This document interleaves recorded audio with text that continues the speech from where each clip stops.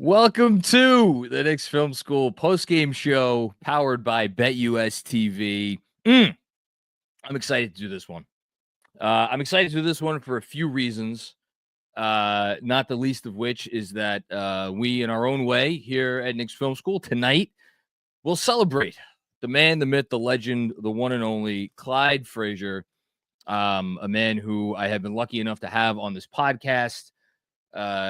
He is as close to a living institution as you could find in any city, certainly. And the Knicks honored him tonight in winning a game that I think not only Clyde, but any of Clyde's teammates on those great championship teams, the late 60s and early 70s, any of them would have appreciated this win because it was a win that came with defense. It was a win that came with moving the basketball.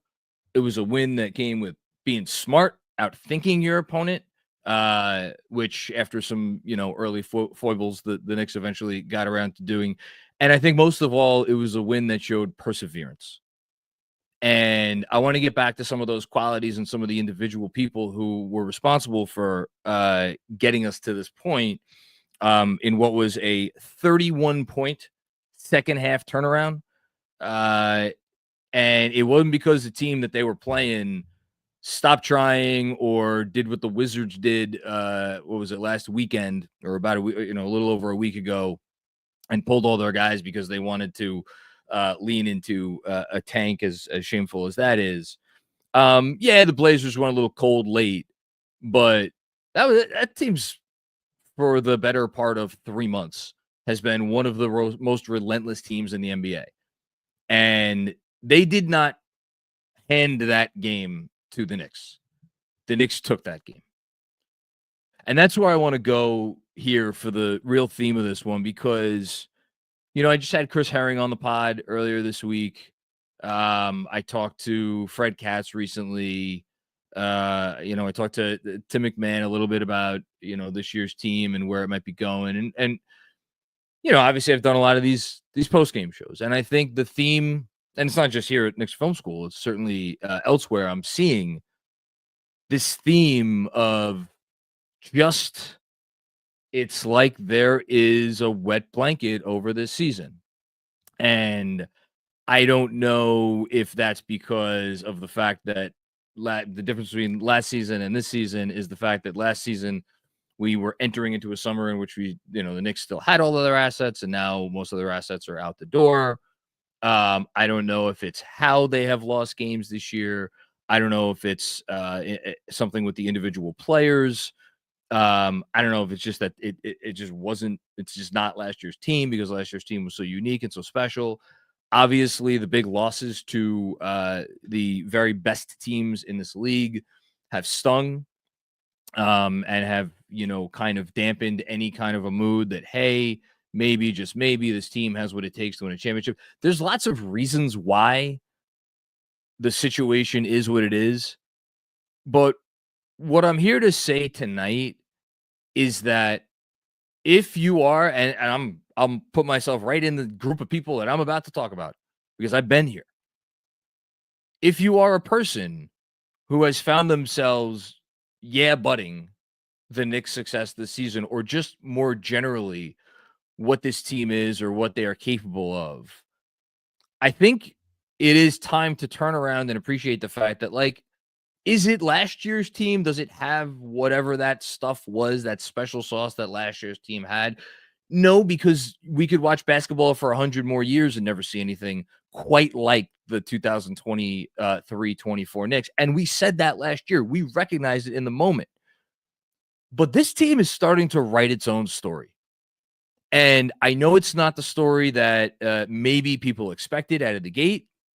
I know the story hasn't been neatly, it's not a neat little narrative, as we always kind of like these things to be. It has had ups and downs. It has had, some moments that have really, really, really gotten us as a fan base down. But this is a legitimate story that they're writing. And I think if you wanted to question them, up until the point in time where Jalen Brunson went down with an injury that has now kept him out for, I believe it is up to a dozen games. And he's missed 13 games on the season, if you include the Jazz game that he missed on New Year's Day. So we could only obviously miss 4 more games before he doesn't qualify for postseason awards. But that's neither here nor there. It's been 12 games that Brunson has been out. Has it been a murderer's row schedule over those 12 games? No, not particularly. But look around the NBA. Look around the NBA on any given night. Especially when you get into these doldrums of February and March, and now I'm sitting here and looking up, and we're a couple days away from April. Like just the other night, Friday night, well, we were watching Knicks Bucks at T Squared. The whole time I was keeping my eye on Pistons Cavs, and here are the Pistons, without Cade Cunningham, kind of running away with the game against the Cleveland Cavaliers, who are at full strength. And like it was nothing. And that's just one example. There's tons and tons and tons of examples. You have teams out there firing their coach, set to host a home playoff series, firing their coach with 2 weeks to go, or less than 2 weeks to go. I mean, there is wild, wacky stuff going on out there. And so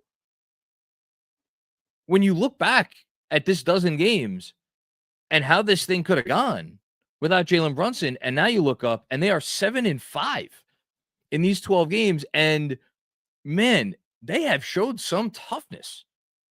Like, is it the same type of toughness as last year's team? I don't know. And frankly, I don't really care. All I know was that was a team that went out there tonight, looked like they were going to run away with this thing, going up by, I think they went up by as many as 10 points in the first half. You had Precious Achiuwa out there looking like, Kevin Durant, 5 for 5, I believe he was in the first half, turning defense into offense. And then all of a sudden, boom, the Portland Trailblazers go on it was like a kind of out of the blue. I think it actually caught the Knicks by surprise. What ended up being a 15-0 run. Hi, Sass. My daughter's very excited because her and my wife just made the dog homemade dog biscuits, because this is what you do. What? Oh yeah, from your Meghan Markle show, right?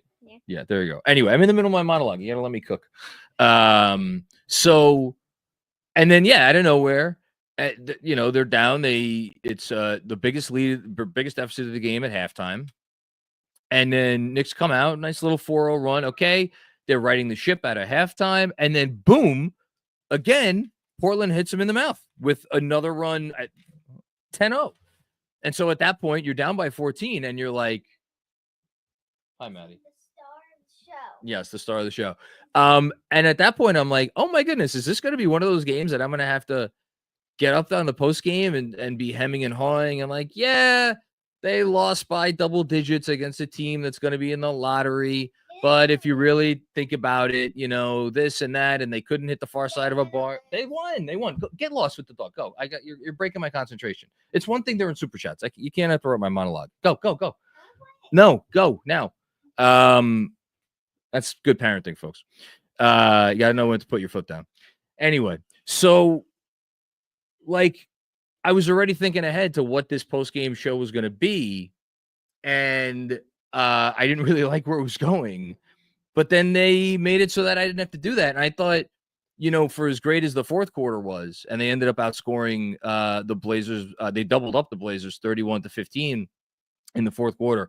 I thought the push in the third quarter was incredibly impressive, because they would make some shots, they would go on a little run, and then the Blazers would come back and hit a shot to break momentum. And then the Knicks would get another bucket or two, and then the Blazers would get another bucket or two to break momentum. And there were moments there where if this Knicks team wasn't made of what they are made of, that they could have wilted, and this could have, at the very least, been a nail-biter down the stretch. But that's not the game that we got. And that's not the game that we got because all of a sudden, without their best player and without one of the very best players in basketball, ironically, without Jalen Brunson, this team is showing you why we all thought, and many people around the NBA and observers of the league thought this team had a chance to do some special things this year. Because at the end of the day, it comes down to talent. Yes, it comes down to how good your talent fits together. And I will be the first person to admit that for as much as Jalen Brunson is a guy who is as unselfish as any star in the league and only cares about winning more than any star in the league, is there going to be an adjustment period perhaps when he comes back? Yeah, there's going to be an adjustment period that when he comes back, and they're not going to have a lot of time. I mean, obviously we got a Brunson update today. It was a positive update. Sounds like he's going to play in some games before the end of the regular season. You know, we don't have a specific timetable, but you know, again, positive stuff. So they're not going to have a ton of time. But if you look at what this team is doing, you know, not only did they win this game tonight without Jalen Brunson and with their fourth and fifth string point guards, their second consecutive game, by the way, winning with their fourth and fifth string point guards. How many other teams in the league could say that they are able to do that? Not only did they not have Brunson, Karl-Anthony Towns had probably the worst offensive game of his season. He was 4-13 for 10 points, had 2 turnovers, and he was so ineffective on offense that Tom Thibodeau in the second half, and Towns, you know, played only 32 minutes in the game, and he wasn't really in foul trouble. He only had 3 fouls on the night. Tom Thibodeau, instead of bringing Cat back in when Mitch had kind of, and we're going to talk about Mitchell Robinson, when Mitch had kind of, you know, extended himself as far as he could, brought in Precious Achiuwa for defense. Now, that's a compliment to Precious Achiuwa, but it's also indicative of what kind of a game that Karl-Anthony Towns was having. And then eventually, again, you know, I know everybody already has this coach fired, and that's fine. Another game where Tom Thibodeau pushes all the right buttons, took the defense first lineup about as far as it could go, then brings in the Karl-Anthony Towns. All of a sudden, it juices the offense. He's rested enough to give you enough, and everybody else gave you enough on defense to take them home, and that was that. But like, to win the game without the guys that you either didn't have playing well. And how did they win it? Well, now we can start to go through some of the heroes, and there's no shortage. How appropriate was it that both Mikal Bridges and OG Anunoby finished with exactly 28 points in this game? Now, Mikal Bridges needed a few more shots to get there, and that's because OG continues to get to the line at a high rate. But those 2 guys were obviously the stars of the show. I was pulling for OG to get one more basket. That's why when Tibbs didn't take them out with like a minute and a half to go, he left them in for one more possession. I was like, oh, I wonder if he left them out so OG can get his 30th. And then Hart, I think it was about a minute to go or just over a minute to go, the last Knicks possession before he pulled pulled the starters. Hart could have dumped it off for OG, which I thought he might do because that would have given him 10 assists and that would have given OG 30 points. It would have been the first time in OG Anunoby's career that he had back-to-back 30-point games. Alas, it was not to be. Still, OG Anunoby is playing the best offensive basketball of his career. And I thought if there was, for as much as of a team win as this was, if there was an MVP of this game, his name was OG Anunoby. And, you know, Denny Avdia, a true star in the making, was having his way in every which way in this game. Still finished with a really heck of a game, 33 points, but ended up with 33 on 25 shots and 3 turnovers. There was a point in time where OG was like, enough is enough. And I lost count of how many splash plays OG Anunoby made in the second half of this game on not only Denny Avdia, but on several Blazers players. Again, you're never really going to see the full impact. He did have 3 steals and 2 blocks, which is like, that's pretty darn good. Maybe the coolest thing about his stretch that he's in right now, I put the stat in the newsletter earlier today. If you go every 15-game sample of OG Anunoby's career, the 15-game sample up until the Bucks game, he had not only the highest scoring average of any 15-game sample in his career, but the highest scoring average by over a point. That average is now going to go up even more. And over that entire time, averaging just about 3 stocks per game, so steals plus blocks. And tonight he had 5 stocks. So it's like, this is the OG Anunoby that you signed to a $200 million contract and you don't think twice about. It's why, of all of the hemming and hawing and consternation over the Bridges trade and the Cat trade, and what we're missing, and, oh my God, if they had been able to keep Hartenstein and this and that. The one thing that I've never wavered on, and I don't think anybody who is really knows what they're doing or knows what they're talking about has ever wavered on, has been bringing OG Anunoby back. I know he has bouts of inconsistency, but you see the way that guy is able to change the game. He was the best player in the game tonight, with all due respect to Denny Avdia. And Denny Avdia was pretty freaking good. Hot on his tail, of course, though, Mikal Bridges. Listen, we don't need Mikal Bridges to be perfect. We don't need Mikal Bridges to be an all-star level scorer. We don't need any of those things. What we need is, when the opportunity knocks, we need Mikal Bridges to be there to answer the bell.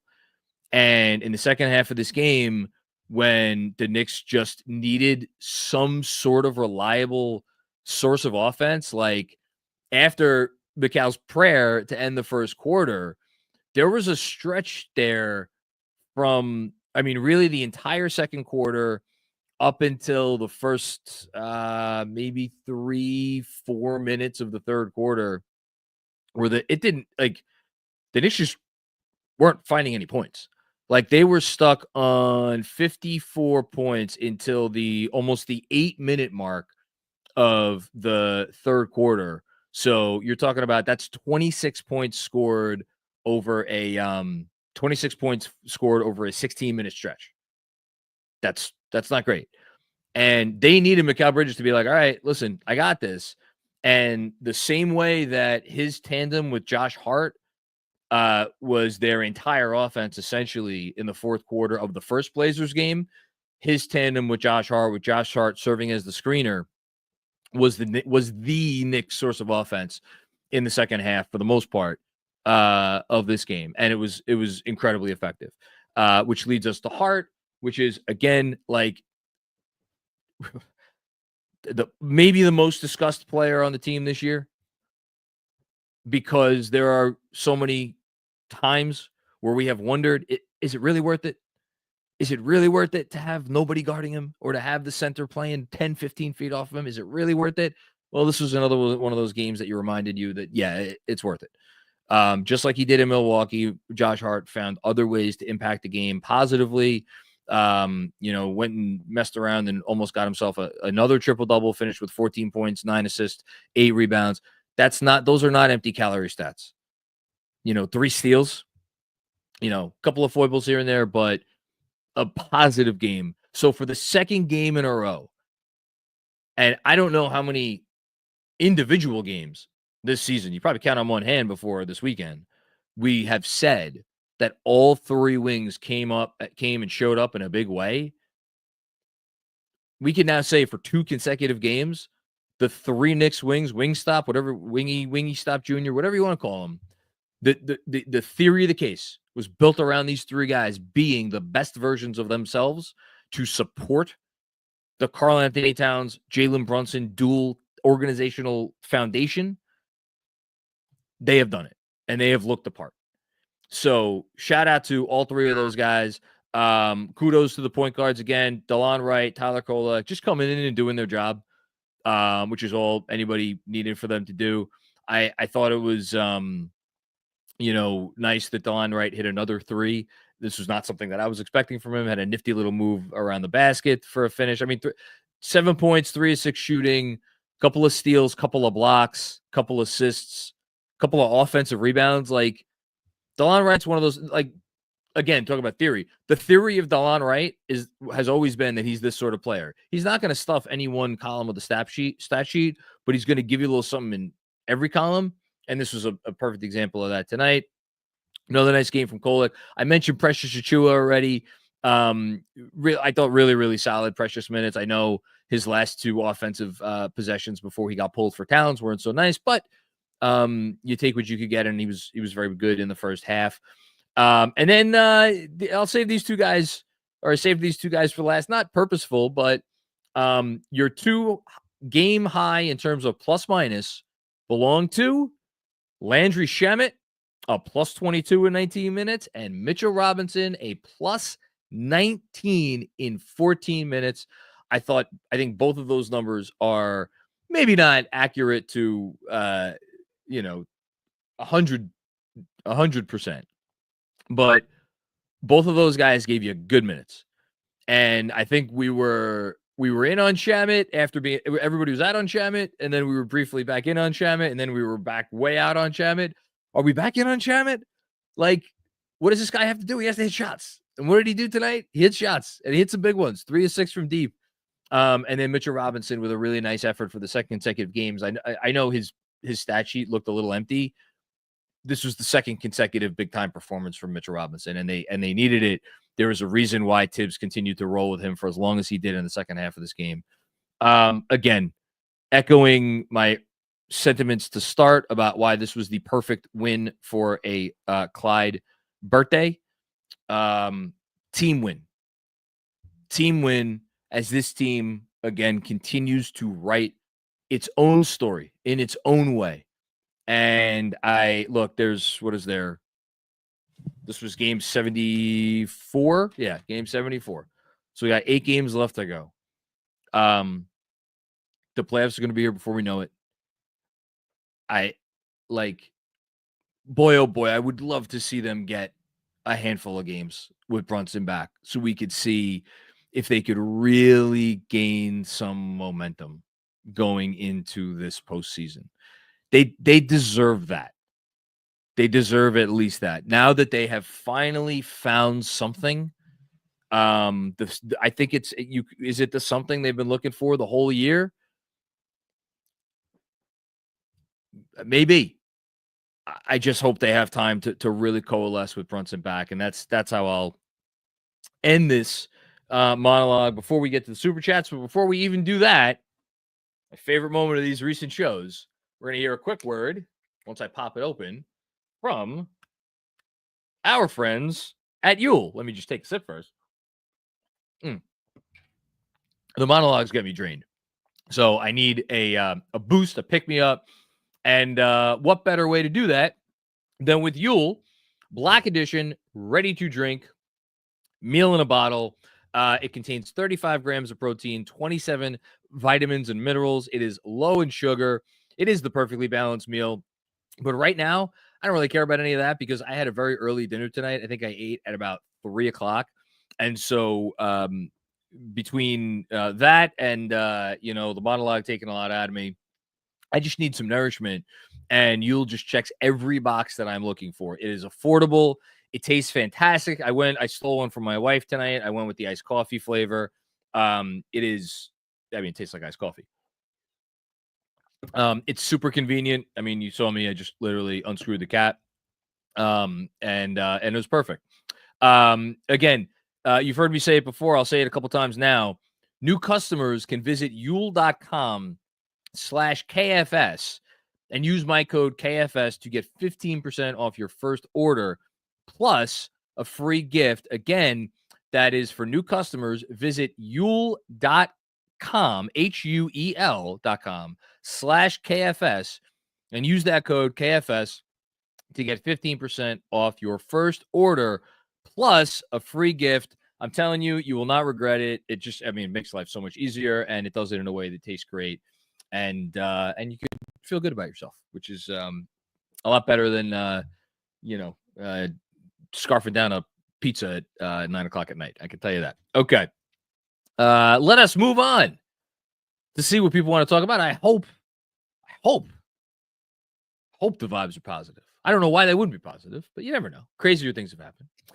We start off with Iceman Sham. What's going on, Iceman? This is the Wingstop we have been waiting for, especially OG. If you squinted your eyes, you would think OG is Scottie Pippen. All defense is a lock for him. So, as my dog has found the squeaky toy, all defense being a lock. I don't know that I would say lock. He's going to be on my ballot, certainly, because if you look at this Knicks defense, they're going to keep climbing in the rankings, Like they were 13th. I believe they were 13th going into this game. I'll double check that. They are, what are they? Are they 40? Yeah, they're 47-20. Oh, they're 13th now, but they are, how far? They're about a point per 100 possessions, 1.2 points per 100 possessions away from 10th. And the team in 10th currently, I should note, is the Milwaukee Bucks, who is in the process of giving up what looks like it's going to be about 150 points tonight to the Atlanta Hawks. If the Knicks can, I don't even know if they have to have a top 10 defense, but if they could even sniff a top 10 defense, if they could be like a close 11th or something, and I think that's where things are trending, and you're going to look and voters are going to look and they're going to be like, all right, so you got Jalen Brunson, Karl-Anthony Towns, Josh Hart. We love Josh Hart here, but has not exactly been a banner defensive season for him. And then Mikal Bridges, whose defense has been, probably over discussed at this point. I'm not going to sit here and tell you Mikal Bridges has had a bad defensive season, because he has not. Has he had a great defensive season? No, let's agree that his defensive season has been at times underwhelming. So when you put OG in the context of that starting five and just in the team as a whole, which if you look on the bench, like what do they have on the bench? Well, they're small off the bench for one. They didn't have Mitch until the last, whatever it is, 10, 15, 20 games. So I think the makings are there. The issue is he's not really going to have the stats to back it up. Like he's not going to have, I got to check like his deflection numbers, but he's not, steals and blocks have gone up recently, but that's a recent thing. It's going to be one of those things where the voters who have really watched the Knicks and really, I think you really have to appreciate his splash plays and the fact that he has changed games this season with his defense. Do I think he gets it? I'm 50-50 on whether he does. But I think he's got a great argument. And then we got one more from Iceman Sham. And since I and a lot of us have been crapping on Precious and Shamet, tonight they deserve a lot of credit, providing a boost in key points. Yeah. Precious Achiuwa, great first half. Landry Shamet, great second half. I was, Shamet comes in, and I actually wrote it down in the first half. His first two possessions, not like, again, the thing with Shamet is it's not really going to be anything atrocious, but like his first defensive possession of the game, I forget who he was guarding, but it was a blow by. And the one big negative from this game, if you want to go back to the first half, the Knicks were just absolute dog shit at the point of attack. They couldn't keep anybody in front of them. But flipping it into a positive, that was also the thing that changed the most after halftime. They really did a great job keeping Blazers in front of them, and it eliminated the entire driving kick game, to say nothing of the fact that the Blazers got a lot fewer attempts at the rim. Anyway, back to Shamet. That was his first defensive possession, and then his next possession after that, it was, I forget if it was Bridges or Hart. It was one of those guys switched it, and it was a reasonable switch, a switch that I think Shamet, from my vantage point, should have understood that it was a switch situation, and he didn't switch back, and it was a open-ish three. So it didn't start well for Landry tonight, but it sure did end well. And when you have a player that is like, your eighth or your ninth man, and he comes in, and the other thing I loved about Landry's game tonight, it wasn't just that he made some threes, 6 3-point attempts in 19 minutes. Benji's talked about this so many times. And by the way, shout out to Benji's going on WFAN tonight. I'm going to go listen through the app as soon as I get off here. But everybody, when you're done listening to me, go turn on WFAN because Benji's going on sometime between 9 and 1 a.m. tonight. I don't know exactly when. Anyway, but Benji's been talking about it all year. I forget what the hell I was even saying. Benji's talked about a lot of things, but one of the things he's been talking about is Shamet, this great shooter that just is supposedly a great shooter that doesn't make shots. Well, tonight he made shots. So yeah, the Knicks needed it tonight, and it was a good job by both of those guys. Thanks, Iceman. OG team, what's going on, OG? I'm sure you're happy tonight. Hypothetically speaking, of course, hypothetically, would you trade Cat for Bam? Honestly, I could live with OG Mikal being my second perimeter offensive option. Would I trade Cat for Bam? I mean, it's a moot point because Miami would never. My gut instinct is that I would have to think about it. My gut is like, yeah, you have to make that trade because, yeah, I think you have to make that trade. Bam is still pretty young. He's one of the 5 best defenders in basketball. He's one of the 2 or 3 best defensive centers in basketball. If you put him alongside OG and Bridges, like, my God, Hart, McBride, my goodness. I mean, is that top 5 defense? Probably top 5. I mean, and especially since, I know there's been a lot of talk about how if Boston's going to blow it up with the new ownership and the second apron and this and the other thing, like, especially if you have to get by Boston and just Bam being able to be maybe the perfect defensive 5 to go against the Celtics. And maybe that's perfect. He's up there. He's really good. And you already have Jalen Brunson on your team that you have to account for. I think you probably have to do it. And here's the thing. It's not like Bam's a zero on offense. I know he's had a down year offensively, but he's a good offensive player. And yeah, but again, and the last thing I know I'm going on about this very silly trade because this is never in a million years is it going to happen. But I like talking about theoretical trades. It's not like Cat does so much for the offense. And I do think that they would have some very real challenges because the whole thing, why it's working right now, as well as it is, I think, against good defenses at least, is because of the town's spacing, and especially with Brunson out. So if you take that away, Brunson's always going to be able to get his, but like, how much easier is it going to be for defenses to lock down? It's not. Look, I don't think it's an automatic. But man, I think you probably have to do it. I really love Cat. I love Cat on this team. I love rooting for him. I love watching him. He had a bad game tonight. I don't care. I enjoy him. I love his effort. So yeah. But it's good. It's a fair question. Thanks, OG team. All right, we got first of a couple from Kev Danishevsky. What's going on, Kev? Missed you on Friday. Is OG making a late all defense push? Yeah, we just talked about this. This is the version for Mikal, or the vision for Mikal. He and OG have been unreal of late. Apology needs to be louder than the disrespect. Oh my God. If everybody who said a mean thing about a player or entity on the Knicks had to write an apology form before the end of the season, the remainder of whatever's left of the rainforests would be gone because we'd be chopping them all up for paper. Look, Bridges has had an up and down season. You're more favorable to him than some others, but I think you would even admit that. This is the best he's played all year, and it's the best OG has played all year. So is that a coincidence?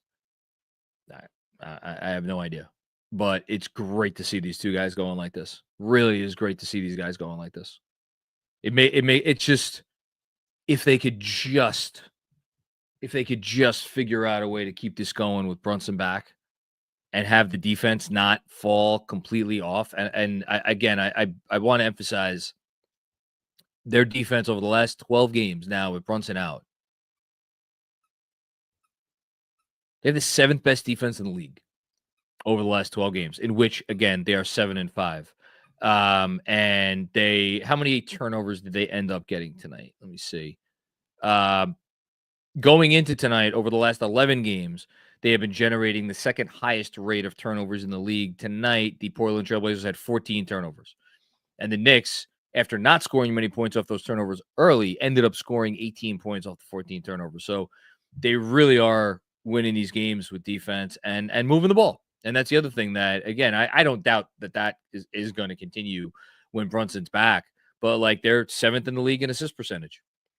Tonight wasn't as many assists as we've seen in some other games, but still 27 assists on 45 made shots. That's not terrible. I thought they moved the ball really well tonight. Thanks, Kev. I know you got another one here. Remember when Simons JB had similar value? Yeah. Look, Anthony Simons had a rough game tonight. He's a good player. I'm so impressed with what they have going on. Like, between Sharp and Avdia, like, it felt like they were knocking down everything they took in the first half. And I was like, oh my God, this is just going to be one of those nights, because Mikal, I know he had a great second half. Mikal was not good offensively in the first half, and Towns was bad offensively in the first half and really for the whole game. But Simon's rough night, 5 for 20. I've always kind of seen Simons as a six man.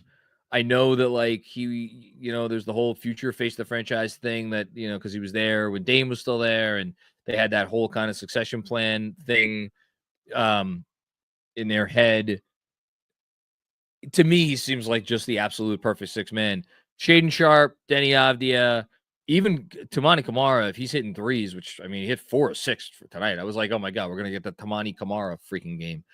Like, these guys are starters on a really good team. I don't know that Simons is. I just think Simons is perfect for a 6-man role. When JB, he's elevated a little bit above that, shall we say. Thanks, Kev. Jessica, what's going on, Jessica? How are you? Shout out to Lincoln, Nebraska. What a fantastic 80th birthday tribute to Clyde. A win, and Brandon Allen wearing wild Clyde-style suits. Let's go, Knicks.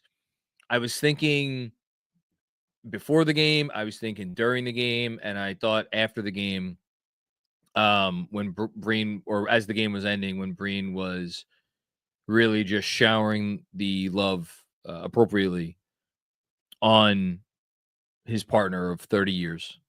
And I thought of your comment from a few post games ago about what a privilege it is to have these two gentlemen in our lives. And, we just, I hope we don't take it for granted. I probably do sometimes.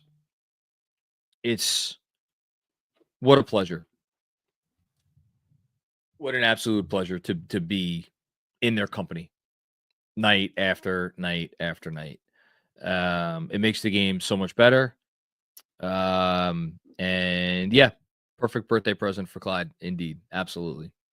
Thanks, Jess. Appreciate you. Deadwards 604. What's going on, Deadwards? How are you?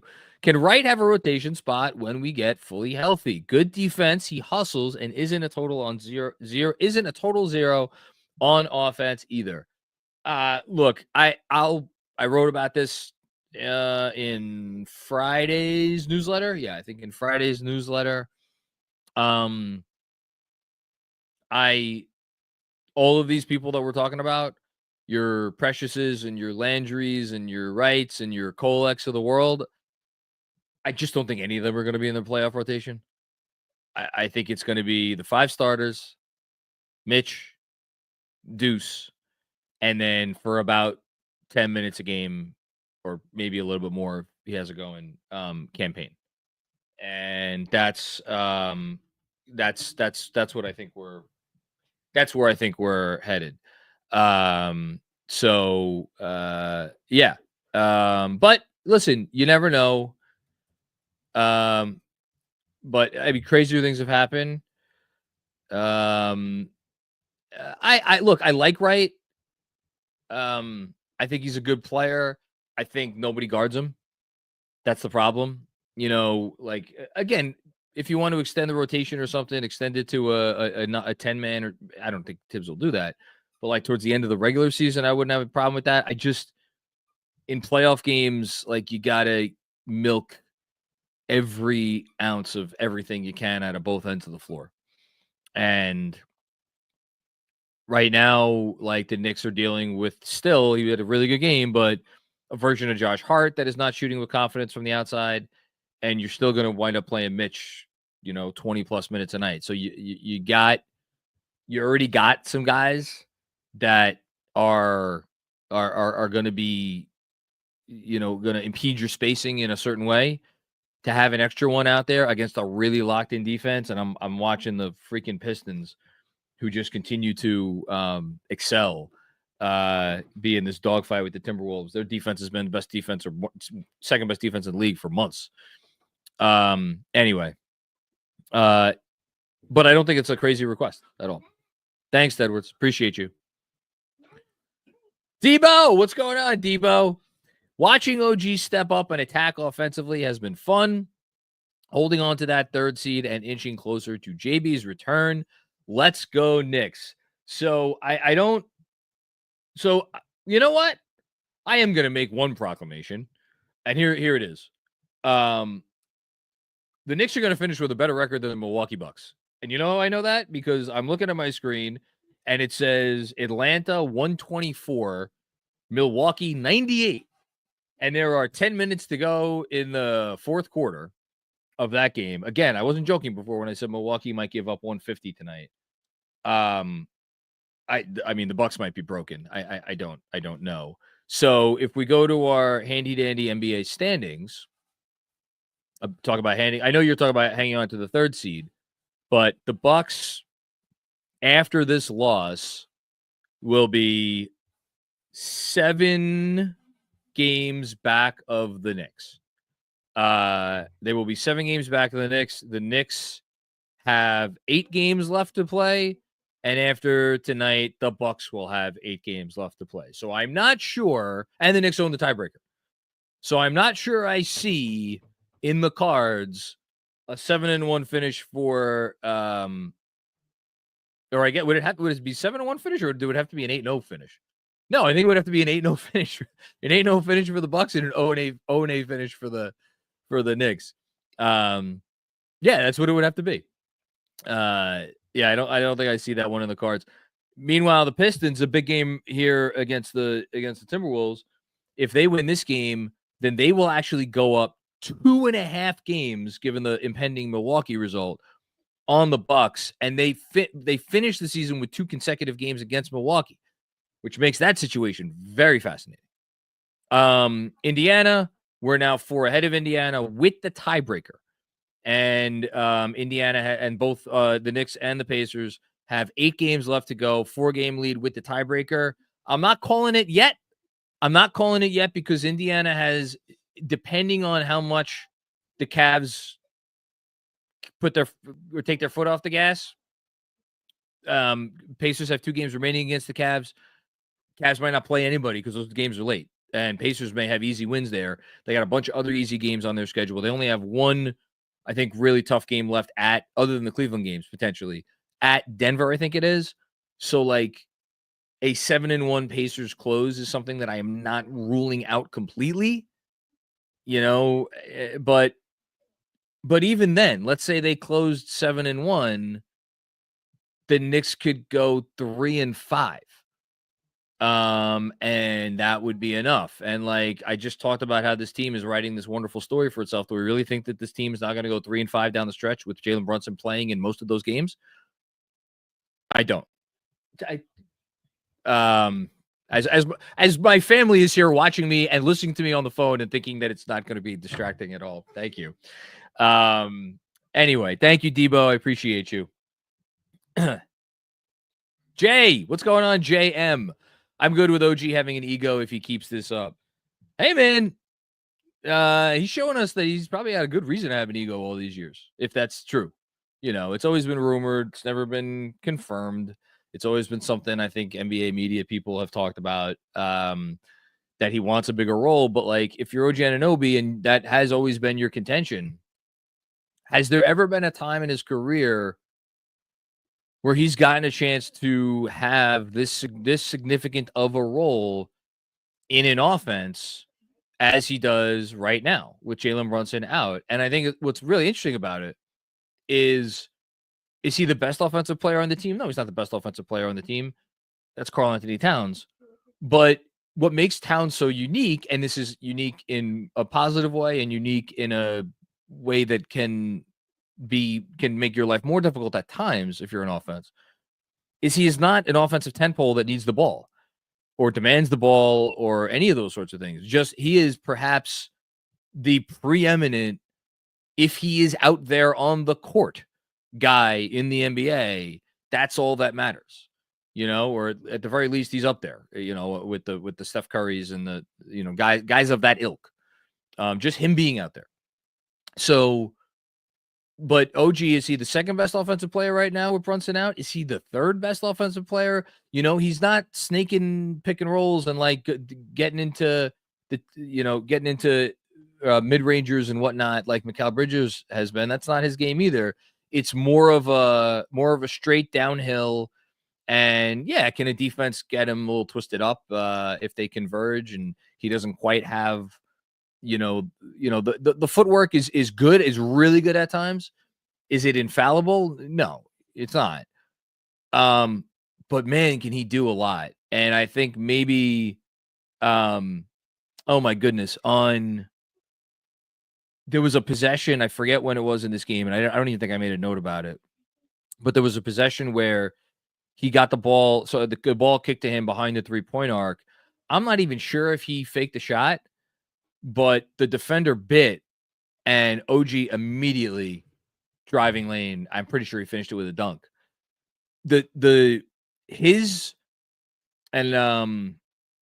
Oh goodness, I think it was DJ who tweeted a graphic about this. I forget who did the graphic. I'm all over the place, but like there was a graphic recently on Twitter about OG's improvement above the break. The fact that teams now need to guard him above the break, I know he's had a down year from the corners, and I'm not saying that doesn't matter, but that is such a massive, massive, massive development for both himself individually and how he could generate offense, and also for this Knicks team as a whole, because of where you don't just have to stick OG in the corner anymore. Yeah, I'm looking at it right now. Non-corner threes this year. He is on 210 attempts. I'm pretty sure this is before tonight. He is at 37%. The last time he was that high was back in the 2021 season when he shot 39% from above the break, but that was on only 131 attempts in 43 games. He's now at 210 attempts in 67 games. I think maybe tonight was game 68. So the volume is just way up. And he's hitting them. And it really is a big deal. It's a big deal. So very long-winded way of saying this is a player who is maybe coming in. He might be hitting his prime, which is a scary thought for the rest of the league. Thanks, Jay. Buddy, what's going on? My main man, David Futternick. The Bridges of Madison Square Garden. Eat your heart out, Clint Eastwood. I have never seen that film. That was Eastwood and that's Streep, right? That's Streep, I think. Yeah, it was Streep. Never seen it. That's a bad job by me. I know it's, a romance or whatever, but that's an American classic, and that's something that I should have seen by now. But I'll make good on that soon, just for you, David, because I'm sure that's one of your favorite flicks ever. Yeah, good stuff. Thanks, Dave. Danishevsky with another one. Do you hate Tillmore Dew commercial as much as I do? I don't even know what commercial you're talking about. I don't tend to pay attention to the commercials because I got the second TV here, and I just tend to watch whatever game I have on once the Knicks game goes to commercial. I will keep an eye out for it. Most commercials aggravate me. I'm trying to think what commercial that is airing right now is particularly annoying to me. I don't know that there is one. The one, I think it was some kind of a wing commercial. It might be for Wingstop, actually, where the guy is he's playing like Jenga or something with his kid, that the song that plays in the background is like would be the song playing in my version of hell. That's the only one that I can think of right now. No Flex Zone, Kevin is typing in the chat. Yeah, is that the actual name of the song? I knew the words. Yeah, it's just that one's not for me. Sorry. Thanks, Kev. Both Kevs. Bill Peter friend, what's going on, Bill? How are you? Great to hear from you. What adjustment will Jalen need to make to you when he to make his return to ensure the Wings continue to step up? And that's a $64,000 question, Bill. And if I was smart enough to answer it, I probably wouldn't be doing this. I look, I think the easiest answer is to have Brunson. Here's what I don't think the answer is. I don't think the answer is to take the ball out of Jalen Brunson's hands. And I think that's going to be that's like the obvious one. It's like, let these guys cook. Like Jalen Brunson's a really good floor spacer. He is. And that's part of it. But ultimately, any NBA team is going to should want their best player involved in as many actions as possible. Now, that could look a lot different, and we were talking the other night on the town hall, shout out Robert Cross, and he was talking to Benji about this, because I had talked recently about, like, Brunson leaning into what Steph Curry does for Golden State. Yeah, Brunson's not going to be able to be that off the ball, but I think just having Brunson be involved in actions that compromise a defense to the point where these other guys get even more of a runway and ahead of steam, and you allow them to do what they have been doing, where it's harder for them to do it right now because Brunson isn't on the court, because that level of threat is not out there. So I think that's something along those lines. This is a great question for Benji and DJ, and I think I'm sure that we will get them on an X's and O's live stream coming to a Knicks Film School YouTube channel near you soon, to talk about what they might be able to do with Brunson once they get him back, because it's the most important question now for the rest of the year. I like the defense, how they're going to defend a team like Boston. That still matters, but that's obviously a big question. Actually, forget Boston. Like, how they just defend once Brunson and Cat are back together in the lineup, how they defend in those situations so let's call that's question 1A, and this is question 1B, but it's significant. And you can't, here's what I'll say, Bill. It's not just like, oh, it's Jalen Brunson. Just I don't think the answer is to just go back to what they did. Even if you want to point me back to the beginning of the year when they were on pace to be one of the greatest offenses of all time, I don't feel like they were. If you could really get these guys to continue to operate at this level with Brunson back, I think they could be even better, which is a frightening thought. Again, how they do it, I wish I had a better answer for you, though, Bill. Thank you. That's a great question. It is the question. And yes, we could go to Mando. Oh, after this, Kev, we will go to Mando. Alex, happy birthday, Clyde. See you in the finals, Macri. I wasn't going to say anything about it until it's official. So Fantasy Basketball League, we did our first, I think we've tried versions of this in the past, but this is the first one that had money on it. So I certainly paid attention the whole year. And it's been a very fun season. It's been a very competitive season. I am going to win my semifinal matchup. Alex is going to win his semifinal matchup against Busy. Shout out to Busy.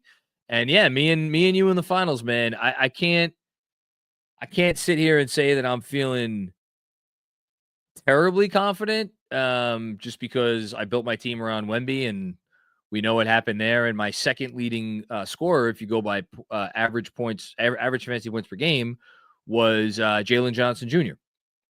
And I don't have him anymore. So I essentially lost my two best players this season. Now, much like the Knicks tonight, I have a capital T team, and all of my guys do perform pretty well. But I don't know, man. I think I'm the underdog in this matchup. For as much as I would love to, talk some shit going into it. But we'll see what happens. We'll see what happens. May the best team win. Anyway, thanks, Alex. Appreciate that, man. Okay. Take a quick second to hear from our friends at Mando. What is Mando? It's everything you want if you're a guy, and it's nothing you don't. And what do I mean by that? Well, what don't you want as a guy? You don't want BO, because it stinks, literally and figuratively. If you have it, well, no one's going to want to be around you, and that's no fun. So what did Mando do? They went out and they developed a line of whole body deodorant products specifically tailored for anywhere that you want to use it. So again, since the dawn of time, we have had this, and this is important. This regular old deodorant for pits, put under your armpits, this is important. And Mando makes this, obviously, because you need this. It's where your most sweat comes from under your arms. But that's not all they do. They give you the spray whole body deodorant. They give you the bourbon leather acidified body wash in this cute little bottle. They give you the Pro Sport Invisible Cream. And of course, they give you the deodorant wipes, my fave.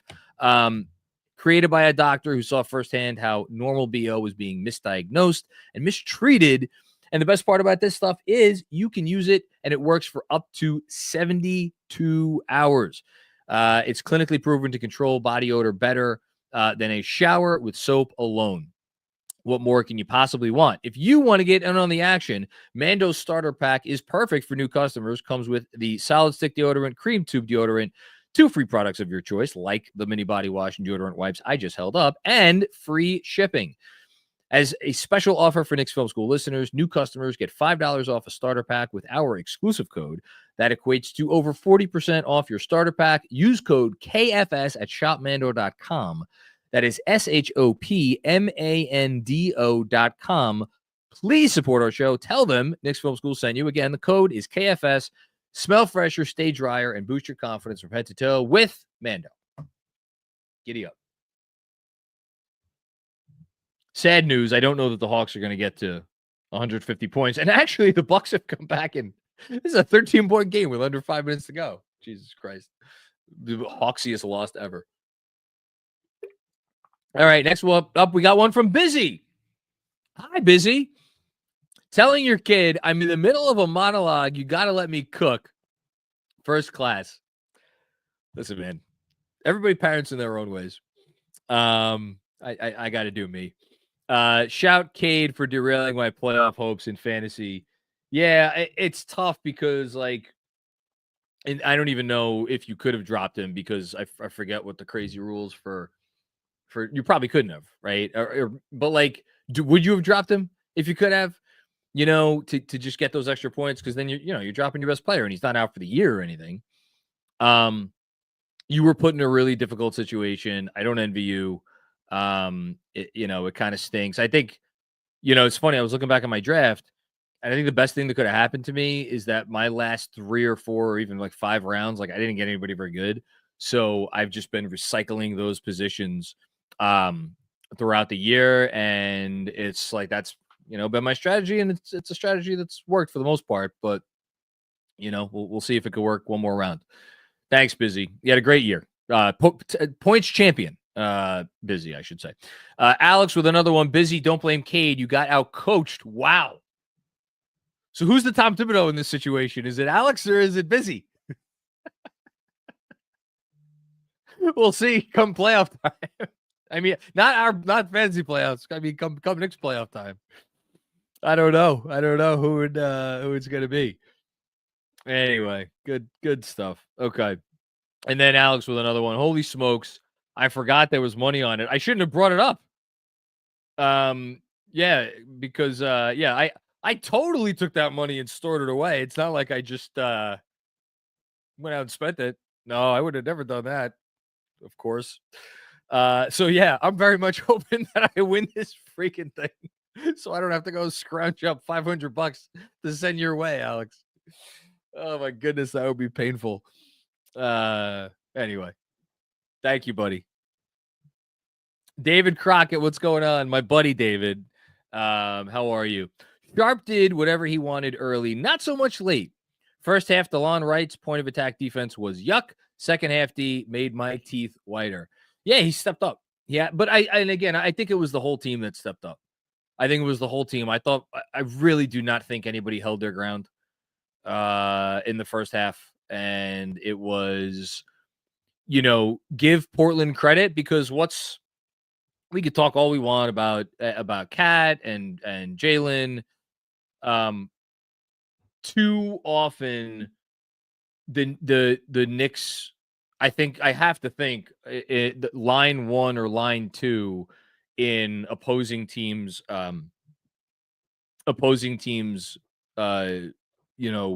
game plans coming into games against the Knicks is just keep screaming or screaming, just keep screening, maybe screaming too, but definitely just keep screening. And then the more you screen, eventually, like, you're going to get, because what do you want? You want your ball handler getting downhill against Karl-Anthony Towns, of course.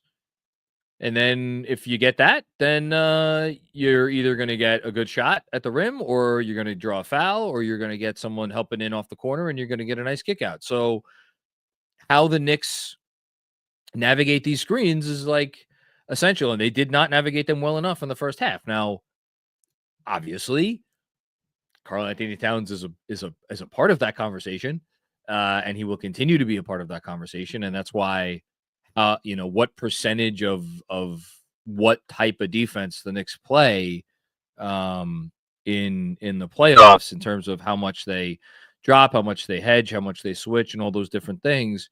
Along with the question we raised earlier about reintegrating Jalen Brunson, which sounds so wild to say. That's the other biggest question. So yeah, good stuff, David. Appreciate you.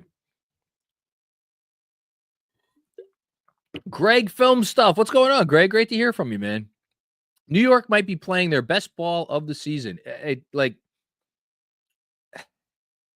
don't know about best ball of the season. I'm going to look at their schedule, and I want to go through that, because I think it's a really interesting question. When is this their best ball of the season?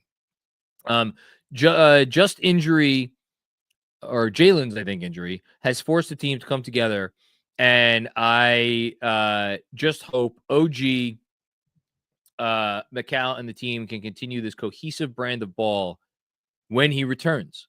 Also, Denny can hoop. I'm surprised Alex had all these super chats tonight, and I think he was the one that desperately wanted Denny. I may be confusing him with another one of our patrons. Someone has been on the Denny train for a while, and he's talk about a trade that's not looking that smart for Washington at the moment. I know they got, I think it was Bob Carrington out of that, but still, Denny's, he's a star player. He's absolutely a star player. Anyway, so yeah, I hope they can continue it. As far as their best stretch of the season, so right now they've won 4 or 5 since rock bottom. Since I proclaimed the rock bottom after the Charlotte loss, they beat Washington by 19. They beat Dallas by 15. They lost to the Clippers by 13 on the second night of a back-to-back.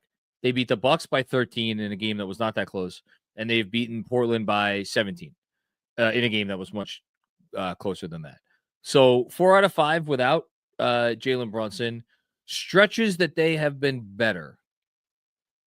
I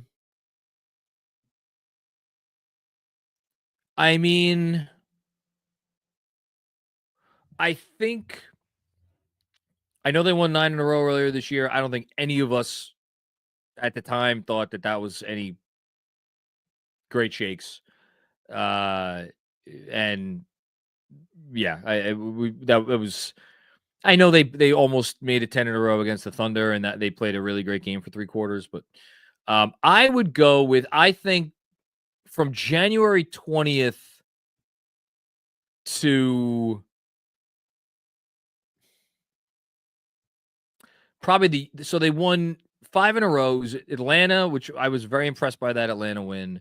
Then a game against Brooklyn that was much closer than it should have been. They won 99-95.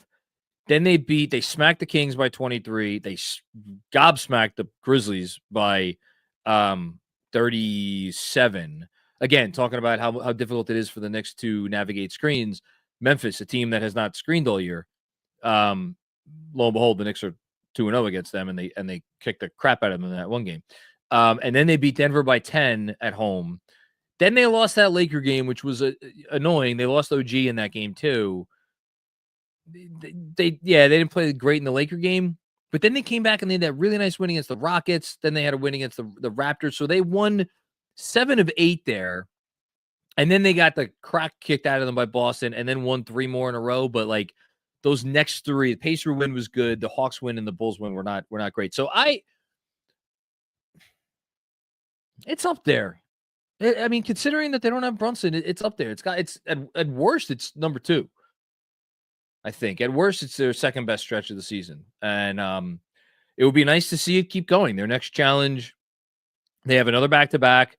They have a game coming up against the Philadelphia 76ers, who are somehow out-tanking the previous version of themselves, out-tanking the process Sixers.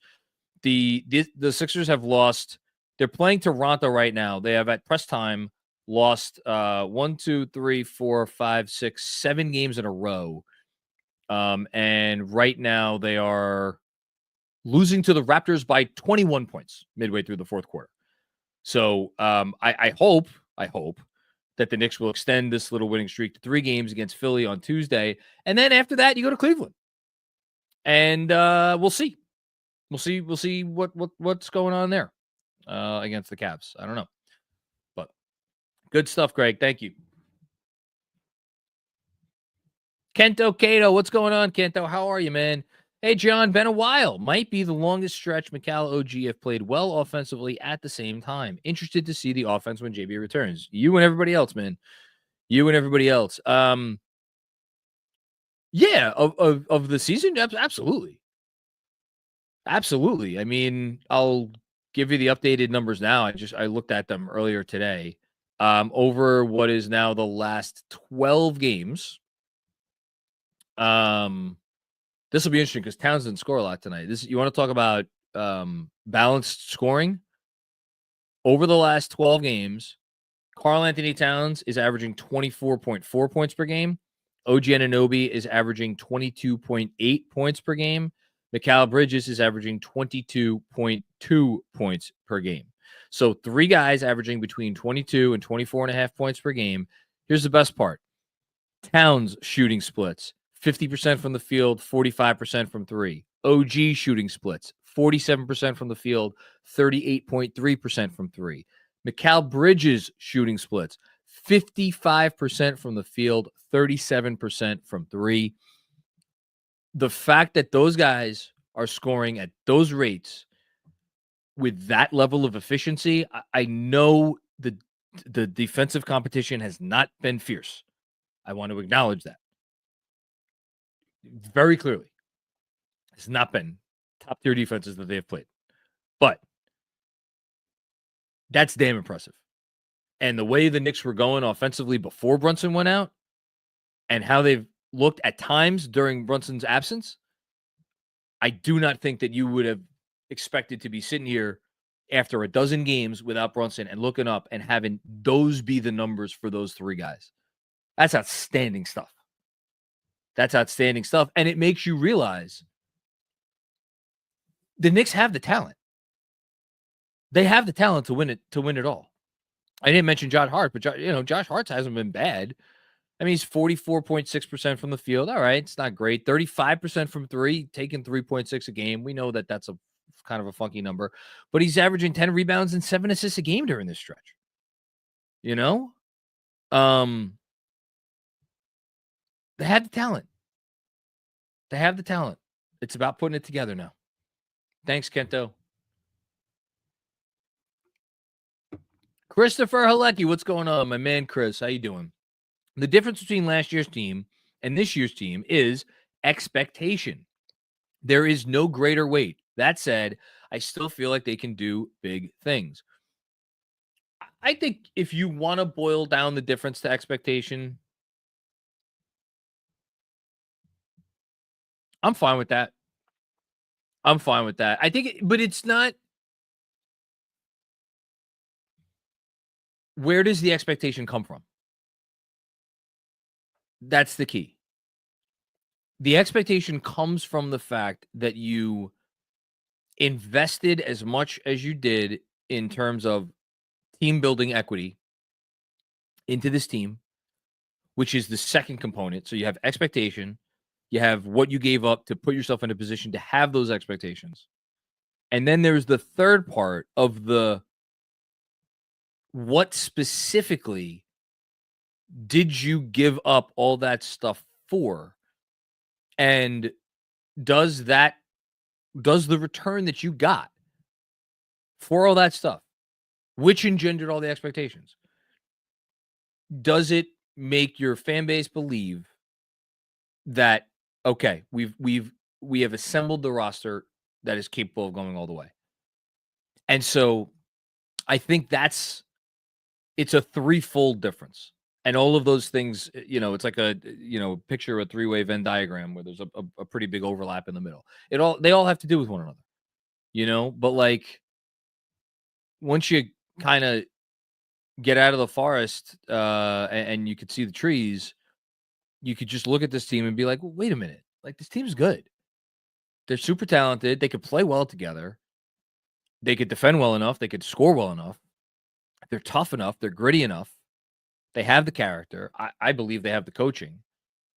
So like, why can't they? Why can't they do something? I think it's a valid question. Thanks, Chris. All right, we got scoreboard update from our friends at T Squared Social. The deal, T Squared, right down the block from Grand Central Station. We got a couple more watch parties this year, including one on Saturday that is going to be a bit of a family-themed watch party. I am planning on bringing my wife, Dolores, and both of the kids because it's a 3 o'clock start time. I don't know if everybody knows that. And we're going to put out a call to all of the KFS faculty to bring their family. I know Andrew's planning on coming down with his lovely wife, Rosina. So it's and again, T Squared Social, great place for that because they got the duck pin bowling, they got the the simulators where you could do golf, you could do soccer, you could do football, you could do anything in the pens there, and great food, great everything. So put that on your calendar, and also somewhat T-Squared related, be on the lookout for a special announcement from Knicks Film School, I think coming tomorrow, about something that we got cooking for before the end of the season. And I will just leave it at that. Okay. Out of Town Scoreboard, again, presented by T-Squared Social. What do we got? We got Warriors over Spurs, 148-106. My goodness. The Hawks, I just mentioned, did not quite get to 150, but 145-124. So we had two teams score over 145 points, or at least 145 points in regulation tonight. Pelicans over Hornets, 98-94. Cavs, Clips almost came back in the fourth quarter, but Cavs got a win, their 60th win of the year, 127-122. Currently going on. I mentioned Raptors almost done taking care of the Sixers. RJ Barrett, 31 points in that game. Good job by you. Pistons are falling behind now. Timberwolves up 107-92. The Pistons' magical little run without Cade Cunningham seems to be running out of gas. And then Rockets Suns is going on right now. Rockets currently up by 10 points early in the second quarter. Okay, that's your out-of-town scoreboard presented by T-Squared Social. Home stretch. Here we go. Jibo, the vision of Wingstop is coming to fruition. Yep, I would say so. Now, can they continue it? Can they continue it? Can they continue to play at a high level of defense? Which, again, even in this game, there was some high level defense and there was some not high level defense. So you got to be more consistent, and you got to keep the defense going with Jalen Brunson back in there. And look, Jalen.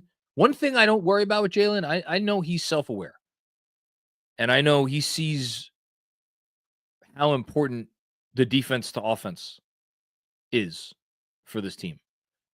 So whatever he has to give offensively or defensively, you better believe he's going to give it when he comes back. I know that. Thanks, Chibo.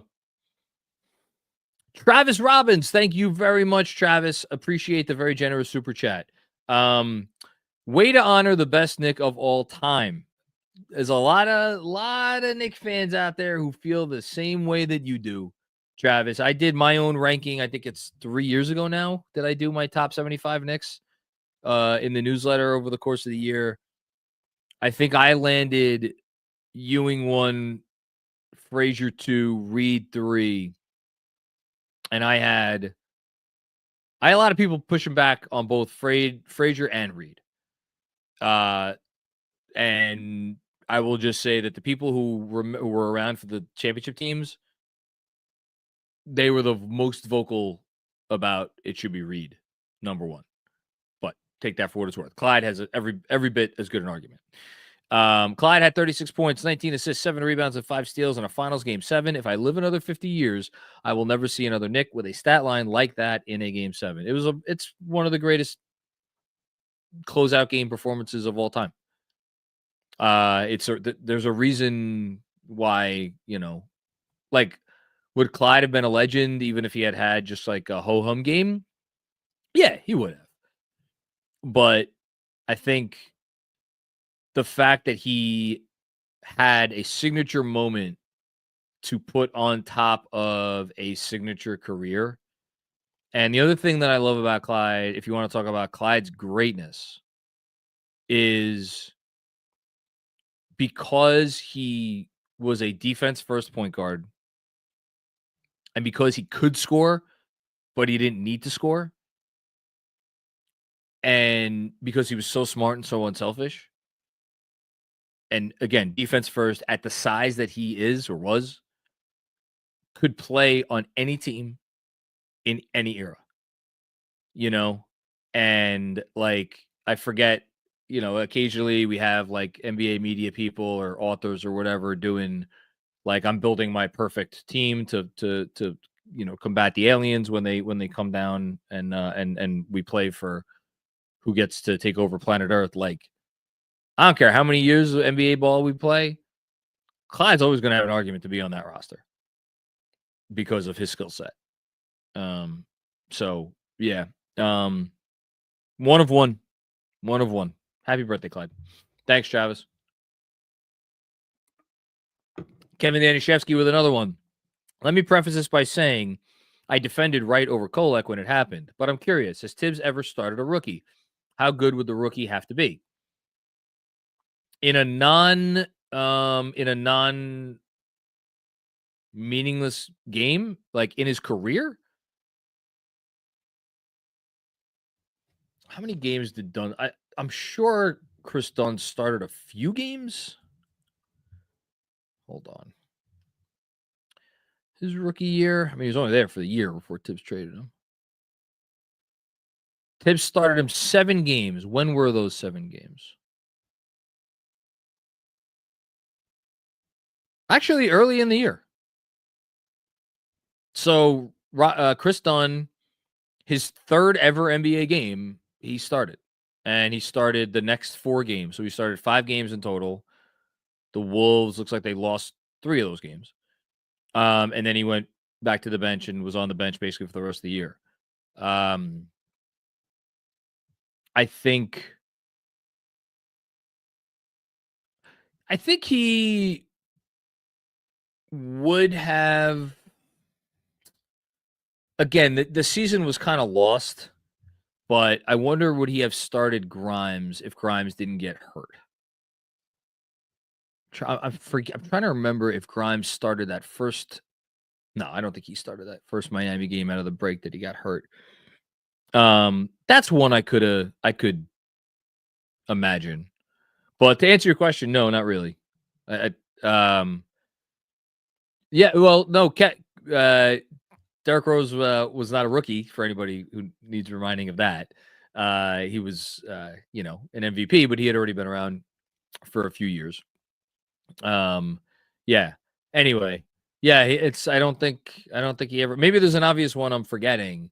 Like, I don't think he started Doug McDermott. Maybe a few meaningless games. I don't think that was ever the case.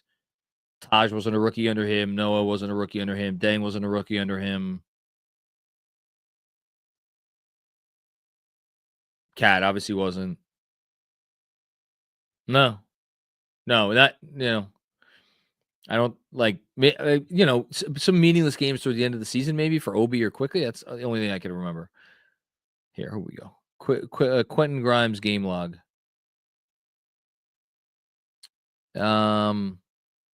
No, he didn't get that. Wait. No, Grimes had started 4 straight games before that Miami game. Coming out of the break. So that's something.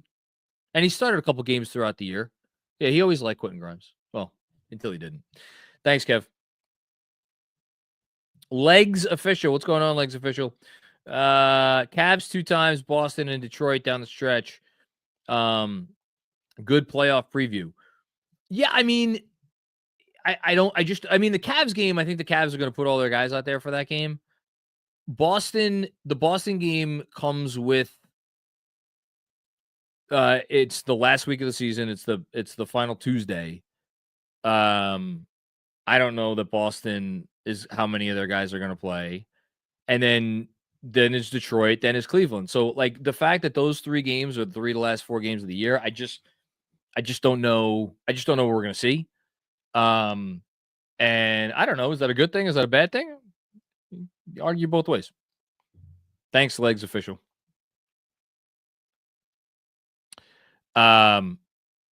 So, okay. Kevin's telling me the next 2 chats are the same chat, both the same message from Robert W. Cross via proxies. Dirty Dancer from Robert W. Cross. What happens if the Knicks end the regular season with 53 wins? Well, and then Jessica, what happens if they end the season with 53 wins? That would mean that in their 1, 2, 3, 4, 5, 6, 7, 8 remaining games that they will have gone 6-2. I don't know. Does it mean Robert gets a prize? What prize should we give Robert? Should we have a I wonder if there's like an insomnia cookies where he lives in Oregon, and we could order insomnia cookies to his house, and we could have them put like a candle in the cookie, and he could open the box, and he could blow out the candle on his cookie to celebrate his achievement. That has been many years in the making. I don't know. Maybe we send him a strippergram. Thinking back to the nurse in Ferris Bueller's Day Off. That would be fun. I don't know. We got to think of something special though if they ever do it. I don't see 6-2 down the stretch coming myself. I would not rule it out. I think it would be really cool. I've already kind of gone on record and said if they could just win one more game than last season, I would be okay with that. So that would be a 4-4 close to the season. But we'll see. Thanks, Jess. And Dirty Dancer. Kev Danishevsky, Grimes only started because RJ got hurt. IQ started 1. Yeah, but you're asking it. You asked the question in the context of tonight. And in the context of tonight, 3 point guards are hurt. So, like, is that relevant? I thought it was not relevant. No, absent injury. No, maybe Dunn was the only one. And I would imagine that even I'm sure somebody was hurt when Dunn started those games. I would guess. I don't know. Thanks, Kev. Jax Master 119. Thank you for the contribution, Jax Master. Appreciate you. Let's go Knicks. Great hard-fought win. Nice defensive stops throughout. Happy birthday, Clyde. P.S. Stop the precious slander. You know what? I'm happy to end on that note. The precious slander has gone too far. I blame you, Benji Ritholtz. I'm kidding. I don't blame Benji. No, Precious has been rough at times, but it's been really harsh against him, and I think part of the reason why it has gotten a little ugly at times in terms of the discussion about him is because it is also, I think, in a lot of people's eyes, a manifestation of the coach doing things that are, people have been complaining about for a long time. And so you get a lot of this kind of like yuck wrapped up into one decision and one, and he takes a little bit of the brunt of that, but at the same time, like he has also earned a bit of that because some of his play has been very poor. But look, you appreciate the good with the bad, and like, has he been like 85-15 bad to good this season? No. If it's probably more like 60-40, and like not all of the 60 is like atrocious level bad. Sometimes it's just like normal, like, you're right, you're a backup player, you didn't have a great game. So yeah, it hasn't been over the top totally. I take full responsibility for my role in that, which I've played at times. But he was good tonight, and he was good the other night. He's been good in some games recently. So that's all you could ask. Armand Bernajaj, or wait, no, hold on. You told me how to pronounce it the other night, and I'm already gonna fuck it up. Birdnye. Armand Birdnye. I think that's it. I hope I got that right. Get Robert Acondo in that. What is that? Olaney, he was on Thursday. Yeah, it's an inside joke from our town hall. Shout out to all of our KFS patrons. I will not be purchasing Robert Acondo anytime soon. Robert does very well for himself. He can pay for his own rent. But listen, we're marching towards 53 wins. I know he's happy, as every Knicks fan should be. Team's playing really good ball right now. They are playing together, and they are doing the best thing that I think a team can do in the eyes of fans, and maybe in the, when you're talking about what really matters, and that's overcoming adversity, because every champion in the history of the team sports has overcome significant adversity at some time or another. And that's what this team is doing right now. And they're looking good doing it. So awesome stuff.